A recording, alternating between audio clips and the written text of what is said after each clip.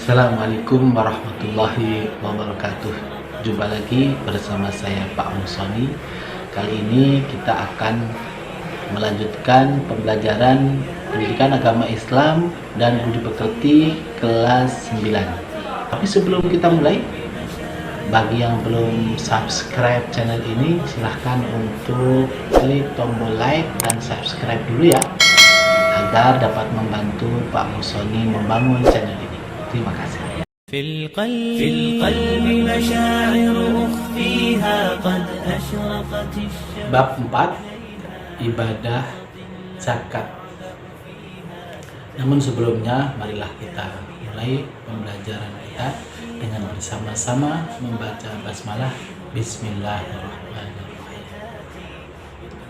Para siswa sekalian, pada kesempatan kali ini kita akan membahas beberapa hal tentang zakat, yaitu pertama perintah zakat, yang kedua adalah hikmah dari pelaksanaan zakat.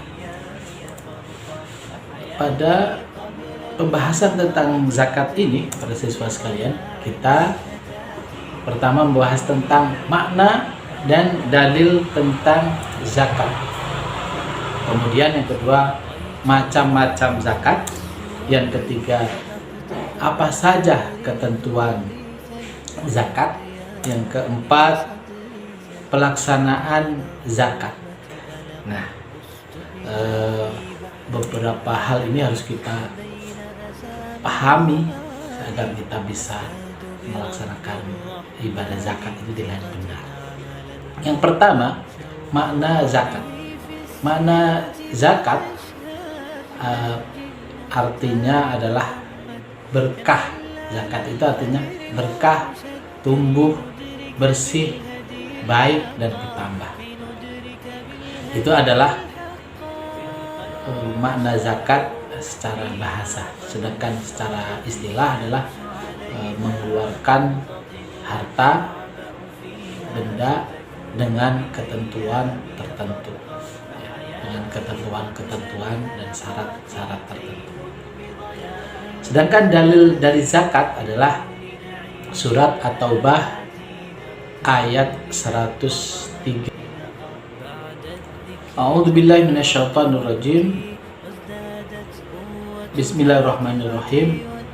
Hud min amwalihim shadaqatan tutahhiruhum wa tuzakkihim biha wa sholli 'alaihim inna sholataka sakanul lahum wallahu sami'un alim.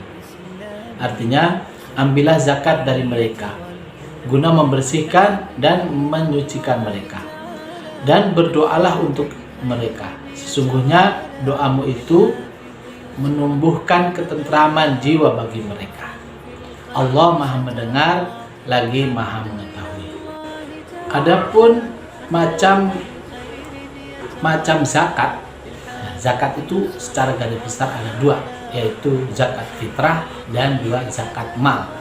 Apa itu zakat fitrah? Yaitu zakat badan, yaitu seseorang yang masih hidup sampai akhir bulan Ramadan, itu dia wajib zakat atas diri dia sendiri, yaitu zakat fitrah. Kemudian zakat mal. Zakat mal itu zakat harta. Nah, zakat mal itu ada banyak poin zakat mal, yaitu yang pertama zakat harta kekayaan, zakat harta perniagaan, zakat hewan ternak, zakat hasil pertanian, zakat barang temuan, zakat profesi. Nanti ada ketentuan sendiri atau ada nisab batasan. Adapun ketentuan zakat, yang pertama adalah syarat orang agar dia terkena wajib zakat. Syarat wajib zakat yang pertama adalah Islam. Yang kedua, berada atau hidup sebelum terbenam matahari di akhir bulan Ramadan. Jadi mengalami kehidupan masih dalam kondisi hidup sebelum terbenam matahari di akhir bulan Ramadan. Jadi dia masih hidup di akhir bulan Ramadan, maka dia wajib zakat. Kemudian yang ketiga, mempunyai kelebihan harta dari keperluan makan untuk dirinya dan orang yang ditanggungnya.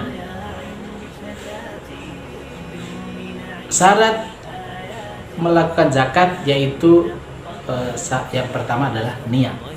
Jadi seorang yang akan melaksanakan zakat, dia harus melakukan niat bahwa dia akan melaksanakan zakat. Kemudian yang kedua adalah tamlik. Apa itu tamlik?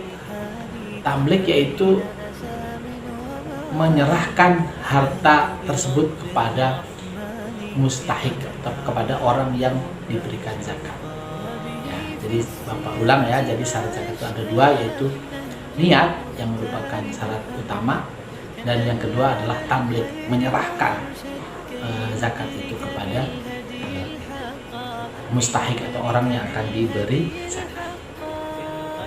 Kemudian para siswa sekalian, ketentuan zakat yang berikutnya adalah syarat harta zakat supaya memenuhi syarat itu apa saja syaratnya.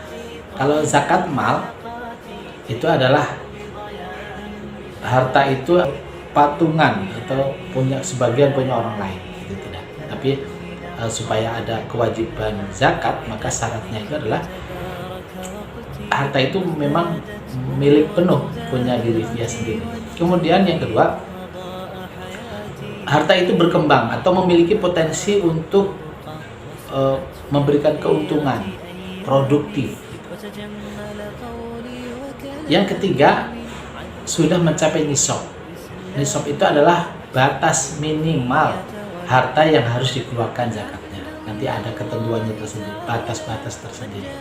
Yang keempat adalah haul. Artinya seseorang itu telah memiliki harta selama 1 tahun. Yang kelima, syarat harta yang dizakati adalah digembalakan di rumput tanpa membeli. Ini khusus untuk zakat binatang ternak. Kemudian para siswa sekalian, siapa saja penerima zakat? Nah, penerima zakat itu ada 8. Yang pertama adalah fakir, yaitu orang yang hidupnya sengsara, tidak mempunyai harta maupun penghasilan. Kemudian yang kedua, miskin, hanya dapat memenuhi sebagian kecil dari kebutuhan hidupnya. Kemudian yang ketiga, amil, yaitu orang yang mempunyai tugas mengumpulkan dan mengelola zakat, panitia zakat. Yang keempat, mu'allaf, yaitu orang yang baru masuk Islam. Yang kelima yaitu riqab, yaitu orang yang berusaha keras untuk membebaskan budak atau membebaskan tawanan muslim yang disandera orang atau disandera musuh. Yang berikutnya, yang ketujuh yaitu gharim, yaitu orang yang dilanda pailit atau bangkrut. Yang kedelapan, fisabilillah, atau orang yang berjuang untuk kepentingan Islam dan kaum muslimin, misalnya imam masjid, guru mengaji, dan sebagainya. Nah, sedangkan waktu pelaksanaan zakat, nah pelaksanaan zakat itu ada waktu tersendiri. Kalau zakat fitrah itu dilaksanakan pada waktu bulan Ramadan, ya, atau paling utamanya di akhir Ramadan sampai menjelang dilaksanakannya Idul Fitri. Tidak boleh lewat dari sholat Idul Fitri. Sedangkan tata cara melaksanakan zakat, zakat fitrah itu dilaksanakan dengan memberikan bahan makanan pokok dengan ukuran tertentu kepada mustahik zakat, ya, yang tadi sudah Bapak sebutkan. Kemudian pengelolaan zakat. Untuk zakat fitrah itu harus dibagikan utuh pada sebelum pelaksanaan sholat Idul Fitri.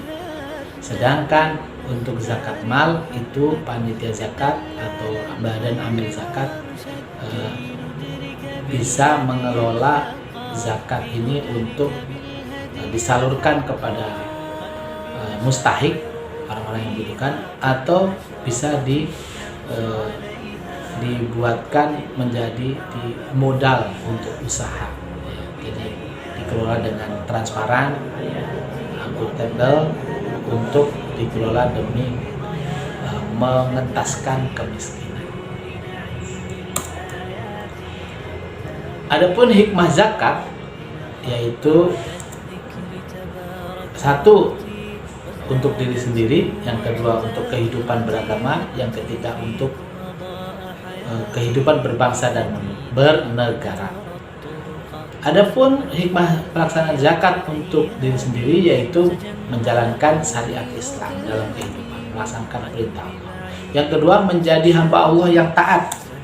Yang ketiga, zakat juga berfungsi untuk menyucikan harta. Sedangkan hikmah zakat dalam kehidupan beragama yaitu memotivasi orang untuk menjalankan ajaran agama. Sedangkan yang kedua yaitu mempererat tali silaturahim kepada sesama muslim. Itu adalah hikmah pelaksanaan ibadah zakat bagi kehidupan beragama. Yang ketiga adalah menghindari perilaku tercela. Sedangkan hikmah zakat bagi kehidupan berbangsa dan bernegara yaitu yang pertama adalah menumbuhkan perilaku peduli terhadap sesama. Yang kedua, membantu meningkatkan kesejahteraan rakyat. Yang ketiga, sebagai usaha untuk mengurangi kemiskinan. Ya, demikian para siswa sekalian, hal-hal yang bisa kita bahas pada kesempatan kali ini. Terima kasih atas perhatiannya. Assalamualaikum warahmatullahi wabarakatuh.